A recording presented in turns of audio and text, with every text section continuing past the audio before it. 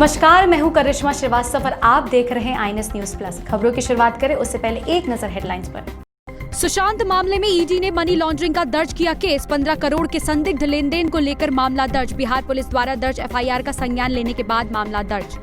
PM Modi के दौरे से पहले अयोध्या में तैयारियां तेज। सौंदर्यीकरण का भी तेजी से हो रहा काम। पुलिस का सख्त हुआ पहरा। दिल्ली में कोरोना के हालात सुधरने पर आदेश गुप्ता ने अमित शाह का किया धन्यवाद। कहा केजरीवाल ने दिल्ली की जनता को डराने का काम किया। बॉलीवुड एक्टर सुशांत सिंह राजपूत आत्महत्या मामले की जांच अब तेज हो गई है। बिहार और मुंबई दोनों ही पुलिस इस मामले की जांच कर रही है, तो वहीं दूसरी ओर सीबीआई से इस मामले की जांच कराने की मांग भी काफी तेज हो गई है। आज ईडी भी इस केस में एक्टिव हो गया है और ईडी ने इस केस के खिलाफ मनी लॉन्ड्रिंग का केस दर्ज किया है। देखें ये report. Actor Sushant Singh Rajput case में बिहार और महाराष्ट्र सरकार में ठन गई है। महाराष्ट्र बीजेपी ने भी उद्धव सरकार के खिलाफ मोर्चा खोल दिया है। महाराष्ट्र के पूर्व सीएम और बीजेपी नेता देवेंद्र फडणवीस ने ट्वीट कर लिखा कि जनता चाहती है कि सुशांत की मौत की सीबीआई जांच हो, लेकिन महाराष्ट्र सरकार इससे इनकार कर रही है। देवेंद्र फडणवीस ने कहा कि कम से कम ईडी इस मामले में मनी लॉन्ड्रिंग के एंगल से जांच कर सकती है। उधर बिहार सरकार के मंत्री ने भी सीबीआई जांच की बात कही। इस बीच सुशांत सिंह राजपूत की मौत की जांच में घिरी रिया चक्रवर्ती की पहली सफाई सामने आई है। रिया ने अपने ऊपर लगे आरोपों को झूठ बताया है, साथ ही सुशांत के परिवार पर ही झूठ बोलने का आरोप मढ़ दिया। रिया यही नहीं रुकी, उन्होंने सुशांत की बहन पर निशाना साधा और सुशांत के दोस्तों पर दबाव डालने का आरोप लगाया। रिया ने सुशांत के दोस्त सिद्धार्थ के ईमेल का हवाला देते हुए सुशांत के परिवार पर आरोप लगाए हैं। तो अब बढ़ते हैं अपनी अगली खबर की ओर, जो कि राजधानी दिल्ली से है। बीजेपी दिल्ली प्रदेश अध्यक्ष ने कोरोना के दिल्ली में सुधरते हुए हालातों को लेकर दिल्ली सरकार पर सीधा निशाना साधा है और ये तक कह डाला कि केजरीवाल झूठे हैं और उन्होंने जनता को डराया है। देखें ये रिपोर्ट। राजधानी दिल्ली में कोरोना के केसों में अब गिरावट दर्ज होने लगी है और रिकवरी रेट में भी काफी सुधार आया है, लेकिन अब बीजेपी ने केजरीवाल को फिर कोरोना को लेकर कमियां गिनाई हैं और दिल्ली में लगातार होते सुधार को लेकर गृह मंत्री अमित शाह को मसीहा बताया है और कहा है कि अमित शाह के हाथों में दिल्ली की बागडोर आने के बाद से ही दिल्ली के हालात सुधरे। इस तरह की बात दिल्ली सरकार ने की है एक ऐसे समय में जब लोगों की मदद करने की जरूरत थी, जब लोग संकट में थे। किसी भी सरकार का ये कर्तव्य होता है, जब संकट में होना है, कोई दिल्ली की जनता होती है तो उनको सहारा देने की बात होती है, और उन्होंने सहारा देने की बजाय वो केंद्र सरकार को तो ब्लैकमेल कर रहे हैं कि अगर हालात बिगड़ जाएंगे 5.5 लाख केस हो जाएंगे और 5,000 करोड़ रुपए की डिमांड कर रहे हैं और खुद जाके घर से भी नहीं निकले। गृह मंत्री अमित शाह जी ने 14 जून को जब मोर्चा संभाला, इंटरवीन किया और जब वो एलएनजेपी हॉस्पिटल गए, एलएनजेपी हॉस्पिटल में जाने वाले कोई अगर पहला कोई हमारा नेता है तो वो केंद्रीय गृह मंत्री अमित शाह जी हैं। और उसके बाद ये जो डर और भय का वातावरण है जो पूरी दिल्ली में समाप्त हुआ है, चाहे Sardar Patel Covid care hospital के रूप में इतनी बड़ी उपलब्धि लोगों के अंदर, लोगों को ज़्यादा से ज़्यादा बेड मिले, वेंटिलेटर मिले, ऑक्सीमीटर मिले, ऑक्सीजन सिलेंडर की व्यवस्था कराने का काम वो केंद्र सरकार ने किया है। और आज ये दिल्ली मॉडल की बात करते हैं। मैं उनसे पूछना चाहता हूँ, कौन से मॉडल की बात कर रहे हो आप उस मॉडल की बात कर रहे हो जो 14 जून से पहले एलएनजेपी हॉस्पिटल में दिख रहा था। बीजेपी प्रदेश अध्यक्ष आदेश गुप्ता यही नहीं रुके, उन्होंने कहा कि अरविंद केजरीवाल झूठे हैं, लोगों को उन्होंने डराने का काम किया है। अमित शाह ने लोगों के अंदर से वो डर खत्म करने का काम किया। टोटल एक्टिव केस हुए थे, टोटल अगर हम करें, और 10,745 आज की डेट में है, तो वास्तव में दिल्ली मॉडल जो अमित शाह जी के इंटरव्यू करने के बाद जो दिल्ली में लोगों के अंदर डर और भय समाप्त हुआ है, उसमें दिल्ली सरकार अगर सही से काम करती, अगर लोगों के अंदर वास्तव में उनके काम करने की इच्छा होती, तो वो घर से बाहर निकलते, वो विज्ञापन नहीं देते, वो प्रेस कॉन्फ्रेंस नहीं करते। भारतीय जनता पार्टी के कार्यकर्ताओं ने और केंद्र सरकार ने पूरी तरह से मुस्तैदी के साथ दिल्ली के लोगों को जान बचाने के लिए काम किया है और आज मैं ये गर्व के साथ कह सकता हूं, उनको धन्यवाद भी कर सकता हूं कि दरअसल केजरीवाल सरकार ने कुछ दिनों पहले कहा था कि दिल्ली में 1 महीने बाद कोरोना मरीजों की संख्या में काफी इजाफा होगा और दिल्ली के लोगों को काफी बेडों की जरूरत होगी, जिसके बाद अमित शाह ने लगातार बैठकें करने के बाद दिल्ली में तैयारियां तेज की थी, जिसका नतीजा ये हुआ कि आज दिल्ली में हालात देश के दूसरे राज्यों के मुकाबले काफी बेहतर है।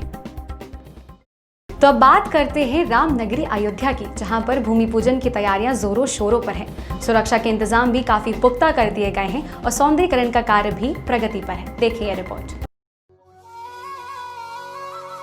अयोध्या में राम मंदिर के लिए भूमि पूजन कार्यक्रम को लेकर तैयारियां जोर शोर से चल रही हैं। इस अवसर को विशेष बनाने के लिए तेजी से काम चल रहा है। अब सबकी निगाहें अयोध्या नगरी पर है। वही अयोध्या में सभी मुख्य स्थानों को सजाया संवारा जा रहा है। मरम्मत, रंग रोगन और सजाने का काम जारी है। धार्मिक नगरी को सुंदर बनाया जा रहा है।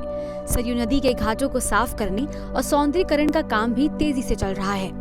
अनुमान के मुताबिक मंदिर बनने के दौरान और इसके पूरा होने के बाद यहाँ पर्यटकों की संख्या में बढ़ोतरी होगी। राम की नगरी अयोध्या में राम को स्थायी मंदिर मिलने के साथ ही लोगों का स्थायी कारोबार बढ़ने की उम्मीद और ज्यादा बढ़ गई है। अयोध्या नगरी में सुरक्षा सख्त कर दी गई है। अयोध्या के सभी प्रवेश मार्गों पर तैनात पुलिसकर्मी सतर्क हैं। वाहनों की चेकिंग भी की जा रही है। साउथ दिल्ली में प्रोफेशनल टैक्स को लेकर बीजेपी को कांग्रेस और आप ने चौतरफा घेर लिया है। कुछ दिनों पहले इसी के खिलाफ आप ने बीजेपी के खिलाफ प्रदर्शन किया था, तो आज शुक्रवार को कांग्रेस के नेताओं ने बीजेपी के खिलाफ हल्ला बोला। देखिए ये रिपोर्ट। साउथ दिल्ली नगर निगम द्वारा नए प्रोफेशनल टैक्स लागू करने और कई पुराने टैक्स बढ़ाए जाने के विरोध में आम आदमी पार्टी के बाद अब कांग्रेस भी सड़क पर उतर आई है। शुक्रवार को दिल्ली कांग्रेस अध्यक्ष ने कार्यकर्ताओं के साथ बीजेपी के खिलाफ मोर्चा खोल दिया। प्रोफेशनल टैक्स बढ़ाने को लेकर बीजेपी के खिलाफ जमकर नारेबाजी की। विरोध प्रदर्शन के दौरान पुलिस ने दिल्ली कांग्रेस अध्यक्ष समेत कई नेताओं को हिरासत में ले लिया, जिसके बाद अनिल चौधरी ने पुलिस पर तानाशाही का आरोप लगाया। तो पुलिस हमें जेल में डालती है। 2 दिन पहले भाजपा बिजली के दिखावटी मुद्दे पर प्रोटेस्ट करती है, यही पुलिस रेड कारपेट बिछाती है, माइक सजाती है, मंच सजाती है। ये कैसा तंत्र है, ये कैसी नीतियां हैं। लेकिन मैं कहना चाहता हूँ कि कांग्रेस के कार्यकर्ता हैं, ये गौरव से नहीं डरे। कांग्रेस का महान नेतृत्व लड़ाई लड़ता रहा। आज राहुल जी, सोनिया जी कांग्रेस का नेता सड़कों पर है, पुलिस को आगे करता है। लास्ट मुहूर्त में देते हैं, हम डरने वाले नहीं। लोग की आवाज उठाएंगे, टैक्स के मुद्दे पर लड़ाई जारी है। कांग्रेस के प्रदर्शन के दौरान कोरोना काल में सबसे अहम बात को नजरअंदाज किया गया। हालांकि कोरोना काल में कांग्रेस नेताओं और कार्यकर्ताओं ने सोशल डिस्टेंसिंग को पूरी तरह नजरअंदाज किया। आपको बता दें कि साउथ दिल्ली नगर निगम ने 27 जुलाई को प्रॉपर्टी ट्रांसफर ड्यूटी टैक्स बढ़ाने के फैसले को मंजूरी दे दी थी। साथ ही बीजेपी शासित साउथ दिल्ली नगर निगम ने एक नया प्रोफेशनल टैक्स भी लागू कर दिया था, जिसको लेकर आप और कांग्रेस सरकार के खिलाफ प्रदर्शन कर रहे हैं। देश में कोरोना के मामले डेली नए रिकॉर्ड बना रहे हैं। पिछले 24 घंटे में रिकॉर्ड 55,000 से ज्यादा मामले सामने आए हैं। इसी के साथ अब देश में कोरोना का आंकड़ा 16 लाख के पार जा चुका है। देखें ये रिपोर्ट। भारत में शुक्रवार की सुबह एक दिन में कोरोना वायरस के सबसे ज्यादा मामले सामने आए हैं। शुक्रवार को पिछले 24 घंटों में देश में कोरोना वायरस के नए मरीजों का मामला 55,000 से ऊपर हो गया है। एक दिन में सबसे ज्यादा 55,078 नए कोविड-19 केसेस सामने आए हैं। वहीं 779 मरीजों की मौत हो गई है। इसके साथ ही भारत में कुल कोरोना वायरस के 16 लाख के पार पहुंच गया है। देश में अब वायरस के कुल मामले 16,38,870 हो चुके हैं। फिलहाल देश में संक्रमण के कुल सक्रिय मामले 5,45,318 हैं। इस बीमारी से ठीक होने वाले लोगों की संख्या 10,57,805 हो चुकी है। वहीं पिछले 24 घंटों में 37,223 लोग ठीक हुए हैं। देश का रिकवरी रेट फिलहाल 64.54% पर चल रहा है। देश में इस बीमारी से मरने वालों की संख्या 35,747 हो चुकी है। महाराष्ट्र में कोरोना वायरस के सबसे ज्यादा मामले सामने आए हैं। महाराष्ट्र में फिलहाल 1,48,454 एक्टिव केसेस हैं। पिछले 24 घंटों में इसमें 2021 नए मरीज शामिल हुए हैं। बीते 24 घंटे में राज्य में 8,860 लोग ठीक हुए हैं। दिल्ली की बात करें तो यहाँ कोरोना के फिलहाल 10,743 एक्टिव मरीज हैं। कोरोना से यहां अब तक 1,19,724 मरीज ठीक हो चुके हैं। वहीं दिल्ली में कोरोना से मौत का आंकड़ा 3,936 तक जा पहुंचा है। अच्छी बात यह है कि देश भर में ठीक होने वालों का आंकड़ा भी तेजी से बढ़ रहा है, जो कि राहत की खबर है। कोरोना काल के बीच खबर अब बिहार और उत्तराखंड की है, जहां पर देश का एक बड़ा हिस्सा मौसम की मार झेल रहा है। पहाड़ी राज्य उत्तराखंड और बिहार दोनों ही बाढ़ का सामना कर रहे हैं, जिसके चलते आम जीवन अस्त व्यस्त हो गया है। देखें यह रिपोर्ट। देश में मैदानों से लेकर पहाड़ों तक पर मौसम की मार पड़ रही है। पहाड़ों पर मूसलाधार बारिश ने तबाही मचा दी है, तो वहीं कई मैदानी राज्यों में बाढ़ से हाहाकार मचा है। मौसम विभाग ने यूपी, उत्तराखंड, बिहार समेत कई राज्यों में 31 जुलाई को भी बारिश की संभावना जताई है। मौसम विभाग के अनुसार दिल्ली, नोएडा, ग्रेटर नोएडा, फरीदाबाद, बागपत, चंदौसी, संभल, चांदपुर, अमरोहा, मुरादाबाद और आसपास के इलाकों में अगले कुछ घंटों में गरज के साथ बारिश हो सकती है। बिहार में बाढ़ के चलते कई नदियां खतरे के निशान से ऊपर बह रही हैं। सड़कों पर इतना पानी इकट्ठा हो चुका है कि लोगों को आने जाने में दिक्कतों का सामना करना पड़ रहा है। बहरहाल राज्य में राहत और बचाव का कार्य भी तेजी से चल रहा है। एनडीआरएफ और एसडीआरएफ की टीम तेजी से काम कर रही है। वहीं उत्तराखंड से लेकर हिमाचल तक पहाड़ दरक रहे हैं। उत्तराखंड के कई जिलों में भारी बारिश और भूस्खलन के चलते सड़कें बह चुकी हैं। ऐसे में लोग जहां तहां फंसे हुए हैं। धारचूला इलाके के एक गांव में बारिश भूस्खलन के बाद फंसे कुछ लोगों को आर्मी के जवानों ने रेस्क्यू कर सुरक्षित बाहर निकाला। दरअसल इस इलाके में अचानक फ्लैश फ्लड आने के बाद लोग फंस गए, जिन्हें रेस्क्यू ऑपरेशन चलाकर बाहर निकाला गया। वहीं उत्तराखंड के लिए मौसम विभाग ने अगले 24 घंटे के लिए भारी बारिश का ऑरेंज अलर्ट जारी किया है।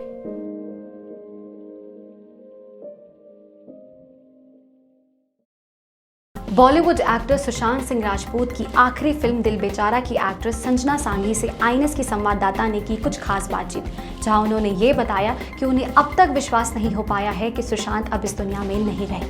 देखिए उन्होंने क्या कहा।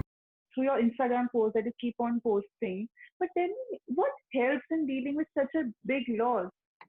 You know, my Instagram posts really aren't a reflection of how I'm dealing with this. They're a reflection of me trying to be strong and me trying to be hopeful, because somewhere just putting words out there, I've done journalism as well in university, and so writing comes to me naturally. I use it also to streamline my thoughts, you know. But how I'm dealing with it personally, like on an everyday basis, is by, luckily or not, there's this film to get out there for the people. So I am transferring all of my negative energies and my negative emotions into having honest and committed conversations with people like you, and bringing this film to our audiences in the way that it deserves, you know, and converting all the grief into some kind of celebration and hope. I'm trying to. I know I'm not able to. Like, my friends are also telling me that, you know, your film is coming out, you worked so hard, can you please give us one smile? And I'm just like, it's not coming. I can't help it right now. That's true. But how do you think that, you know, you remember Sushant as, like, how will he stay alive in your memories?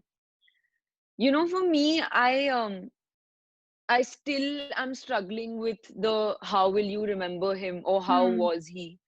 In any of my answers, it's always present, because I'm also interacting with the film every day. So for me, it's as though I'll land in Bombay and pick up the call normally and be like, what's been up and when can we meet? You know, and to know that I don't think I fully even understand that that's not a reality right now. तो आज के bulletin में बस इतना ही। इजाजत दीजिए। नमस्कार।